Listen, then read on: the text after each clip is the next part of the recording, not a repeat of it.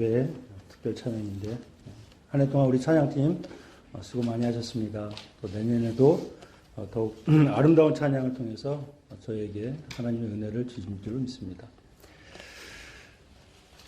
저희가 어제 성탄절을 맞았고 오늘 이제 성탄절 다음 첫 주일이면서 올해 마지막 주일이죠. 연말이 되면 참 많은 것이 생각이 납니다. 우리의 지나간 또 1년간을 또 돌아보기도 하고 또 앞으로 또 내년은 또 어떻게 시작을 할 것인가라고 하는 생각도 하게 되죠. 사람은 여러모로 보면 외부적인 환경에 영향을 받습니다. 그것이 뭐 의식주가 되었던 문화적인 것이 되었던 또 이렇게 계절이 바뀌고 또 새로운 한 해가 시작되기 전이면 그런 것에 좀 마음적인 심적인 영향을 받는 것이죠. 그런데 사람에게 가장 큰 영향을 주는 것이 무엇인가 생각해 보면 내적인 것보다는 이런 정신적인 것 그런 것이 훨씬 더 우리에게 영향을 미친다는 겁니다. 특별히 사람이 무엇을 믿고 무엇을 신뢰하며 사는가에 따라서 그 삶은 굉장히 달라지게 되는 것이죠. 여러분, 그리스도인들은 특별히 예수 그리스도를 주인으로 생각하며 사는 사람들이라고 하는 것입니다.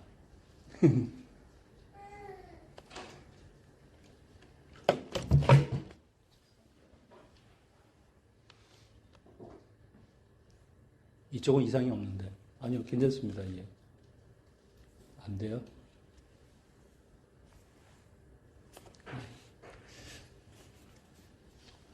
할 수 없죠. 예.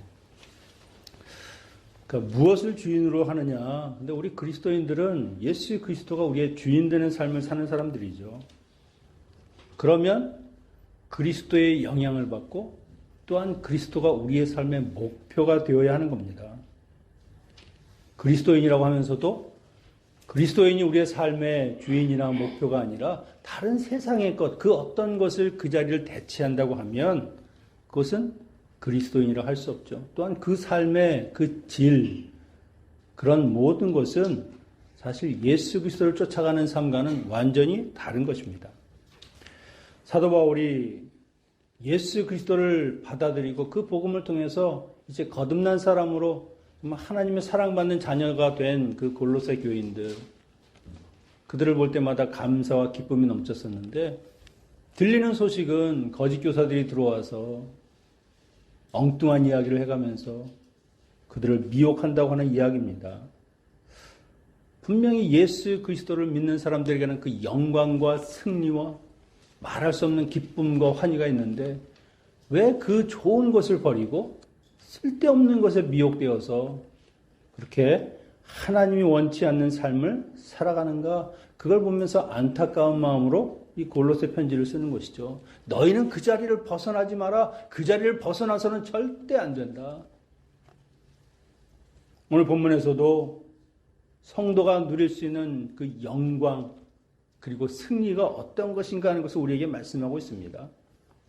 6절에 보니까 그러므로 너희가 그리스도 예수를 주로 받았으니 그 안에서 행하되, 이 글을 읽는 사람들은 골로새 교회 성도들이죠. 우리와 같은 성도들입니다. 오늘도 우리를 읽으면서 바로 바울이 전하는 그 소식, 그 이야기들을 우리의 마음에 하나님의 말씀으로 받는 것이죠. 그리스도인들, 그들은 받은 자들이라고 하는 겁니다. 예수 그리스도를 그들이 받았고 복음을 통해서 예수 그리스도가 우리의 주인입니다라고 하는 고백을 확실하게 한 사람들이죠. 다시 말하면 예수 그리스도가 나의 주인이시니까 나는 그분을 따라가는 삶을 살겠습니다. 그런 고백을 같이 한 것입니다. 그러면 분명히 그 삶에 예수 그리스도를 따라가는 모습, 여기에 보면 행한다는 말, 그것은 거닐다 하는 말이지만 다른 의미로 하면은 산다라는 겁니다. 예수 그리스도를 따라가는 삶을 사는 것이 그의 삶에 보여야 하는데, 그런데 그런 삶의 모습이 없다고 하면 그것은 문제가 있다는 것이죠. 여러분, 예수 그리스도를 믿는 것, 예수 그리스도를 따라 사는 것, 이것은 하나입니다, 하나. 이것이 분리되고 그냥 예수 그리스도를 내가 믿었다, 따라 산다, 이렇게 분리될 수가 없다는 겁니다. 그런데 많은 사람들이 나는 예수 그리스도를 믿습니다라고 이야기를 하는데 삶은 그것과 전혀 다른 삶을 살아간다는 겁니다. 그냥 고백하는 데서 그치고 삶이 따라주지 않는, 어찌 보면 거짓과 같은 삶을 사는 것이죠. 사랑하는 연인이 나는 당신을 사랑합니다 고백했습니다. 그런데 전화도 없고 아무런 메시지도 없고 어느 날 보니까 다른 이성과 함께 즐겁게 웃으면서 그리고 손을 잡고 가더란 말입니다. 그러면 사랑하는 게 아니죠. 거짓말을 한 것입니다. 이런 행함이 구체적으로 어떤 것인가? 사도 바울은 7절에서 이렇게 이야기합니다. 그 안에 뿌리를 박으며 세움을 받아 교훈을 받은 대로 믿음에 굳게 서서 감사함을 넘치게 하라. 주님 안에 뿌리를 내린다. 여러분, 식물은요, 뿌리를 내리지 않으면 절대 살 수가 없습니다. 그 뿌리를 통해서 땅에서 오는 그런 영양분을 다 흡수해서 그것을 통해서 생명도 유지하고 그리고 성장하는 것을 거치는 것이죠. 마찬가지로 그리스도인도요, 예수 그리스도와 함께하면서 그분 안에 늘 교제하면서 그분이 공급하는 그 영양분을 받지 못하면 결국 시들어버리고 죽는 겁니다. 우리의 생명력, 우리의 힘과 능력이 어디서 옵니까? 예수 그리스도를 통해서 오는 것이죠. 그분과 관계가 끊어지면 그 뿌리를 깊이 내리지 못하면 결국은 그 생명은 언젠가는 끊어지게 된다는 것이죠. 지속적으로 주님과 관계하면서 그분의 영향을 받고 그분을 신뢰하는 삶을 사는 것, 그것이 우리에게는 정말 중요한 것이죠. 그리고 세워져 나간다 하는 것은요, 건물을 지어지듯이 식물이 뿌리를 내리고 나서는 성장을 하듯이 그렇게 자라나는 것, 뭔가 변화를 이뤄가는 것을 이야기하는 겁니다. 집이 든든하게 세워지기 위해서는 먼저 기초가 튼튼해야 되죠. 예수 그리스도와 같은 그런 반석 위에, 모래 위에가 아니라 그런 든든한 기초 위에 집을 세워야 하는 겁니다. 좋은 재료들을 가지고 그것을 서로 연결해 가면서 그럴 때 아름다운 집이 되는 것이죠. 여러분, 나무도요, 뿌리를 깊이 내리고 그렇게 잘 성장한 나무는요, 나중에 거목이 되면 웬만한 세찬 바람에 흔들리지 않습니다. 요동은 좀 칠지 모르지만 결코 뿌리채 뽑히는 일이 없다는 것이죠. 우리가 주님의 기초 위에 세워져야 하는 이유가 바로 이런 것입니다. 그리고 또 하나가 믿음에 굳게 서서 감사하는 삶을 살아라. 여러분, 감사하는 것은 믿음의 가장 아름다운 열매입니다. 감사할 수 있는 사람들을 보면은요, 하나님의 은혜를 바르게 깨달은 사람들만 감사할 수가 있어요. 그렇지 않으면 조금만 뭐가 이상해도 불평하고 원망이 나오는 것이죠. 그런데 정말 내가 예수 그리스도를 통해서 하나님이 나를 구원하셨다는 그런 감격과 그런 은혜가 넘치면 조금 내 삶의 형편이 나쁘다 할지라도 불평하거나 원망하지 않습니다. 이미 하나님으로부터 받은 것이 너무너무 큰데 끝까지 조그마한 것들, 그런 것이 조금 내가 없다고 불평해서야 쓰겠나. 여러분, 이거 하나만큼은 정말 하나님이 우리를 구원하셨다, 나에게 영원한 생명을 주셨다, 이것 하나만큼은 절대 흔들려서는 안 됩니다. 이것이 흔들리면 여러분의 삶 전체가 흔들리는 겁니다. 그런 삶에 무슨 감사가 있겠습니까? 만약에 우리의 일련의 삶을 되돌아볼 때 이런 감사가 없다, 아이고 힘들고 어렵다, 불평만 있다고 하면 한번 여러분의 신앙을 되돌아봐야 합니다. 내가 지금 무엇에 뿌리를 내리고 있는 것인가? 내가 제대로 성장하고 있는 것인가? 저도 지난 1년을 되돌아보면 그래도 우리가 어려운 여건 가운데 하나님을 예배하고 하나님께 모여서 함께 친교하고 떡을 떼고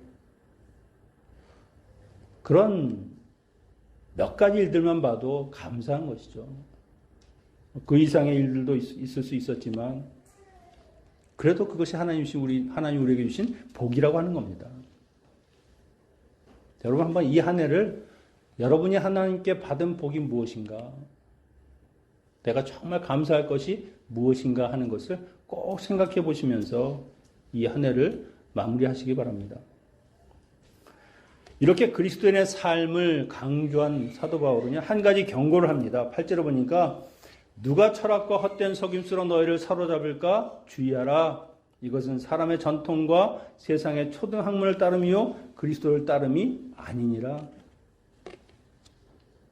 사실은 이게 이 편지를 쓰게 된 동기죠. 에바브라를 통해서 골로새 교회가 거짓 교사들로 인해서 정말 위험에 처해 있습니다 하는 소식을 들었기 때문에 이 편지를 쓰는 것이죠. 여러분, 내가 잘 갖고 놓은 텃밭에 어느 날 누가 가라지를 뿌려놓고 그 가라지 때문에 내가 사랑하고 아끼는 그 식물과 꽃들이 시들시들 죽어가고 있다고 생각하면 여러분 얼마나 마음이 아프겠습니까? 사도 바울이 성도들에게 세상의 철학과 헛된 속임수를 경계하라고 명하는 것은요, 이것이 바로 우리를 복음에 있는 자리에서 내려놓게 만들고요, 결국은 우리를 밀어내고 생명이 아니라 멸망의 길로 빠뜨리게 하는 그런 위험천만한 일이기 때문에 이것을 특별히 경계하라고 하는 겁니다. 당시에 골로새 교회 사람들이 어떤 이단과 미혹시키는 사상에 있었는가? 15절 이하에서 이렇게 설명하죠. 예를 들면 천사 숭배 사상. 죄 많은 인간이 거룩한 하나님 앞에 바로 설 수가 없다. 천사가 중재를 해서 그 중재를 해야만 된다. 그래서 천사가 있어야 된다는 것이죠. 주님이 십자가의 죽으심으로 죄가 사하여지고 이제는 의롭다, 의로운 자가 되어서 그 지성소 안에 이제는 담대하게 들어갈 수 있도록 주님이 십자가에서 죽으실 때 그 휘장이 찢어져서 이제는 하나님과 우리가 서로 마주볼 수 있는 그런 관계가 되었는데 거기에 무슨 또 천사가 필요하단 말입니까? 그러면 예수님의 십자가 사역이 부정되는 것이죠. 이미 그것으로 완전하신 건데 율법대로 하나님이 그 많은 식품을 먹지 말라, 안식일을 지켜라, 금욕주의적인 생활을 해라. 이 유대주의자들은요, 복음을 믿음으로만 얻기에는 좀 불충분하다는 겁니다. 그러니까 율법을 행해야 된다는 거예요. 할례도 행하고. 영지주의자들은 또 어떻습니까? 영적인 것은 아주 좋은 것이지만 육체적인 것은 아주 천하다라고 멸시하는 사람들, 금욕주의적인 생활을 통해서 그런 삶을 살아갈 때 구원이 있는 것이다. 이건 복음을 완전히 왜곡하는 겁니다. 마치 무슨 인간의 열심으로 뭘 할 때 구원이 이루어지는 것처럼 그리스도만으로는 부족하다는 것이죠. 바울은 이것을 철학이요, 속임수요, 낡아빠진 전통과 세상의 초등학문을 따르는 것이라고 비판하는 것입니다. 이미 구약의 율법은 예수 그리스도를 통해서 완전히 성취되고 이제는 이루어졌습니다. 우리는 주님만 믿으면 되는 것이죠. 성도들은 세상의 것을 따르는 사람이 아닙니다. 하나님을 따르고 예수 그리스도를 따르는 사람들이죠. 여러분, 이렇게 이단 사상, 잘못된 사상에 빠지면 얼마나 신앙생활이 힘든지 모릅니다. 그것을 바로잡는 것은요, 굉장히 어렵습니다. 여러분, 어떤 운동을 할 때도 처음에 기초가 잘못되는 걸 바로잡으려면 처음 시작하는 사람들보다 더 어려운 거죠. 이단에 빠져서 인간적인 열심으로 뭔가를 더 구해야만 이루어지는 것 같이, 그러면 예수 그리스도가 은혜가 아니죠. 뭘 내가 해야 되는 것 같으면 그것은 내가 하는 거죠. 은혜라고 하는 것은 내가 할 수 없는 것, 그것을 하나님께서 전적으로 하나님께서 주신 것이 은혜인데 내가 뭘 해서 받는다고 하면 그건 내 공로죠. 우리의 구원은 예수 그리스도 한 분이면 충분한 겁니다. 그것 이외에 다른 어떤 것도 여러분 필요 없습니다. 사도 바울이 그 이유를 9절 10절에서 이야기하죠. 그리스도 안에는 온갖 신적 성품들이 육체적인 형태로 나타나 있다. 여러분도 그리스도와 하나 됨으로써 완전에 이르게 된다. 그리스도는 하늘의 어떤 권세나 세력보다 더 높은 분이시다. 골로새 2장 3절에서는 이렇게 이야기했습니다. 그리스도 안에는 지혜와 지식의 모든 보화가 감추어져 있느니라. 예수 그리스도의 지혜가 하나님의 지혜고요. 예수 그리스도의 지식이 하나님의 지식입니다. 그 성품 자체도 하나님의 성품을 그대로 가지고 계시고, 그래서 천사보다 뛰어나고 세상의 어떤 열왕들보다도 위대하시고 뛰어나신 분이 예수 그리스도이십니다. 여러분, 진리는요, 예수 그리스도 안에서만 발견될 수 있는 겁니다. 여기서 충만이라고 하는 말은 하나님과 우리와의 관계에 있어서 아무 부족함이 없다는 겁니다. 그리스도 하나만으로도 이미 차고 넘친다는 것이죠. 하나님은 그리스도를 통해서 성도들에게 사랑과 능력을 부어주시고요. 이 땅에서 하나님의 자녀로 살아가면서 영원한 나라, 그 나라를 기업으로 받도록 우리를 만들어 주셨습니다. 이 구원이 세상 학문과 철학에 있지 않다는 것이죠. 주님을 따르면, 그분과 연합해서 하나가 되기만 하면 여러분, 우리의 구원은 이루어진 것이고요. 우리의 삶은 하나님 주시는 지혜와 많은 보화들로 충만하게 된다는 것이죠. 세상 사람들은 그렇게 이야기합니다. 왜 예수께만 구원이 있느냐? 유독 기독교만 편파적이고 고집스럽게 예수 그리스도만 믿으라고 하는데, 아니 정상에 올라가는 길은 여기저기 여러 가지 길이 있지, 정상만 올라가면 되는 것이지 왜 예수가 아니면 안 된다고 이야기하냐? 대답은 하나님이 그렇게 정하셨기 때문입니다. 내 아들 예수 그리스도를 믿으면 너희가 구원을 받는다. 그 말씀대로 하는 사람들은 사는 겁니다. 하나님의 에덴 동산에 선악과를 만드시고 먹지 말라. 그것을 먹는 날에는 정령 죽으리라 말씀하셨습니다. 하나님은 선악과만 보면 아는 거죠. 과실이 그대로 있나? 아담과 하와가 내 말을 잘 지키고 살고 있구나. 왜 선악과입니까? 왜 그걸 따먹지 말아라고 정하셨습니까? 하나님이 그렇게 정하신 겁니다. 민수기 21장에 보면 놋뱀 이야기가 나옵니다. 이스라엘 백성들이 하나님의 은혜를 모르고 출애굽시켜주신 그 은혜를 다 잊어버리고 그냥 광야에서 목마르고 배고프니까 하나님을 원망합니다. 왜 여기까지 데려와서 우리를 괴롭게 하고 여기서 죽게 하는가? 가만히 있으면 내가 애굽에서 잘 살고 있을 텐데 하나님이 괜한 일을 하셨다. 얼마나 괘씸합니까? 하나님께서 불뱀을 보내서 백성들이 물려 죽습니다. 모세가 하나님께 간청을 하죠. 그때 하나님께서 놋뱀을 만들어서 장대에 높이 달고 뱀에 물린 사람들이 그 놋뱀을 보면 살 것이다. 그 말씀대로 진짜 놋뱀을 바라보는 사람은 살았습니다. 근데 그 말을 듣고도 놋뱀이 무슨 효과가 있겠어. 그거 본다고 무슨 소용이 있겠어. 보지 않는 사람은 죽는 겁니다. 하나님의 말씀을 듣고 행하는 자는 사는 것이고 듣고도 행하지 않는 자는 죽는 것이죠. 왜 불뱀입니까? 하나님이 그렇게 정하셨습니다. 하나님이 예수 그리스도 안에 모든 구원을 이루시고 주님을 믿으면 우리에게 구원을 주신다고 말씀하셨습니다. 말씀대로 완전하시고 충만하신 그 예수 그리스도, 그분을 믿고 따르는 사람은 사는 겁니다.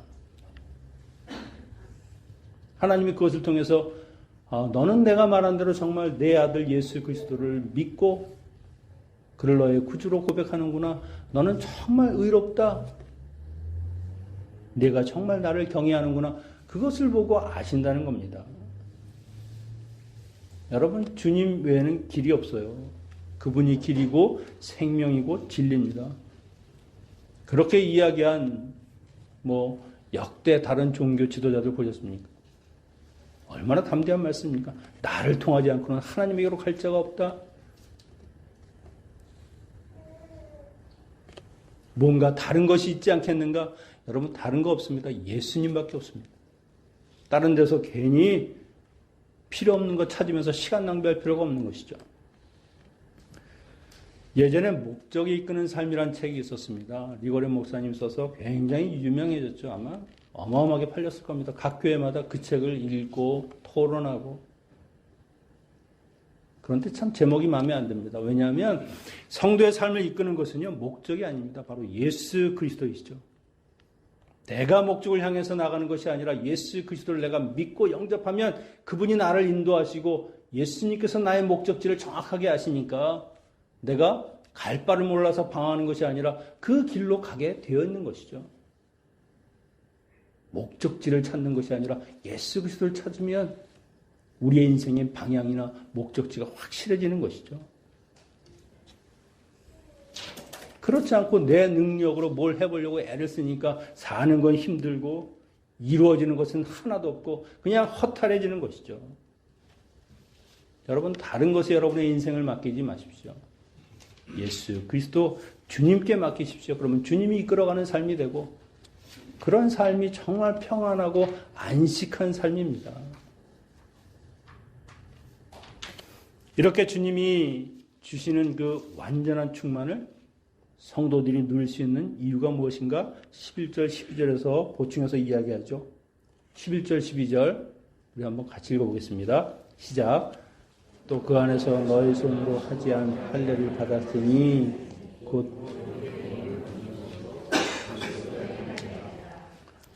세로로 그리스도와 함께 장사되었고 또 죽은 자들 가운데서 그를 일으키신 하나님의 역사를 믿음으로 말미암아 그 안에서 함께 일으키심을 받았느니라.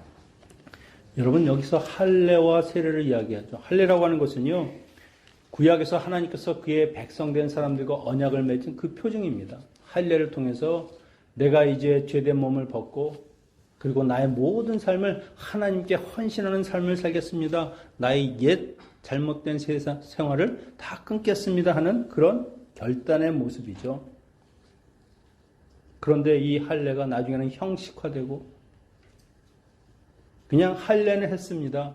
사는 건 자기 멋대로 살면서 나는 하나님의 백성이다 자랑을 하는 겁니다. 오죽하면 모세가 마음의 할례를 행하라고 이야기하겠습니까?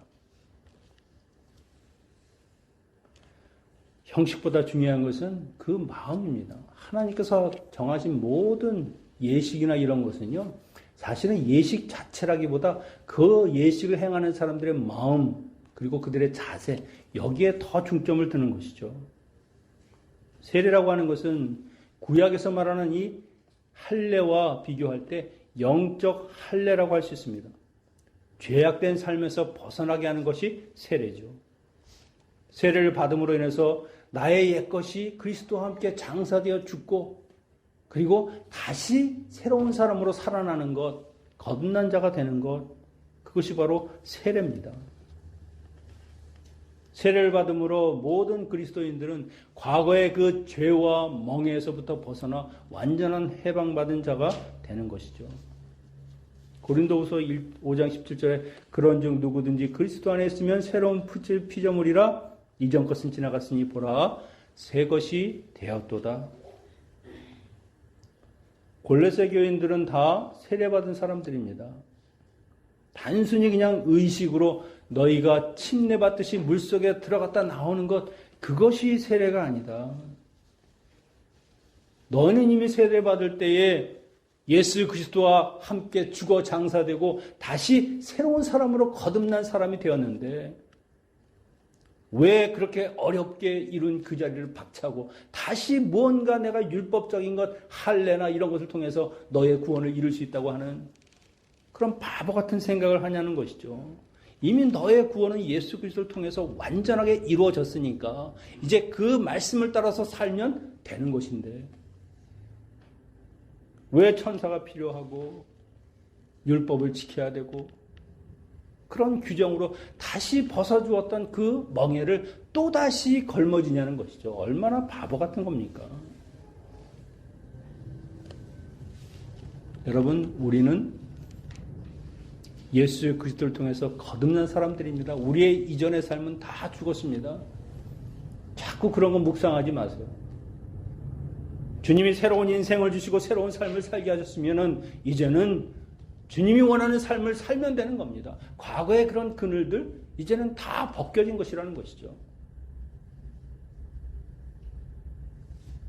사도 바울이 이런 골로새 교회 성도들을 보면 얼마나 가슴이 아프겠습니까? 애타는 심정으로 지금 이 글을 쓰고 있는 겁니다. 그리스도로 다 된 것을 다시 허물고자 하는 것이 말이 되느냐? 여러분, 우리는 십자가의 은혜로 죄사함을 받은 사람들이죠. 13절, 14절에 그 이야기를 하는 겁니다. 육체의 무할례로 죽었던 너희를 하나님이 그와 함께 살리시고 우리의 모든 죄를 사하시고 우리를 거스리고 불리하게 하는 법조문으로 쓴 증서를 지우시고 제하여 버리사 십자가에 못 박으셨다. 율법의 그 증서는 무엇입니까? 율법을 지키지 않는 자는 저주받는다는 항목입니다. 그런데 이미 십자가를 통해서 하나님이 그것을 다 못 박아버리고 이제는 예수 그리스도를 통해서 완성하셨죠. 더 이상 율법의 노예가 아니고 율법에 묶이지 않는다는 겁니다. 이제는 우리를 정죄할 수 있는 것이 없습니다. 하나님이 의롭다, 너는 죄가 없다 선포하셨으면 끝난 것이죠. 거짓 교사와 이단 사상가들은 결국 그 죄와 멍에를 다시 이들에게 어깨에 매도록 그렇게 현혹하는 것입니다. 사람은 자기가 더럽다고 침뱉은 그 물을 삼키지 않습니다. 이미 떠났으면 주님이 나를 위해서 대신 죽으시고 건져주셨으면 다시 그 속으로 기어 들어가는 일은 없어야 하는 것이죠. 여러분, 주님의 십자가가 세상 사람들이 보기엔 어리석어 보일 수 있습니다. 한 인간이 거기서 패배와 실패와 그리고 결국 죽음으로 끝난 것처럼 보일 수 있지만 아니요, 그것이 하나님의 승리의 상징이라는 겁니다. 십자가에는 아무도 없죠.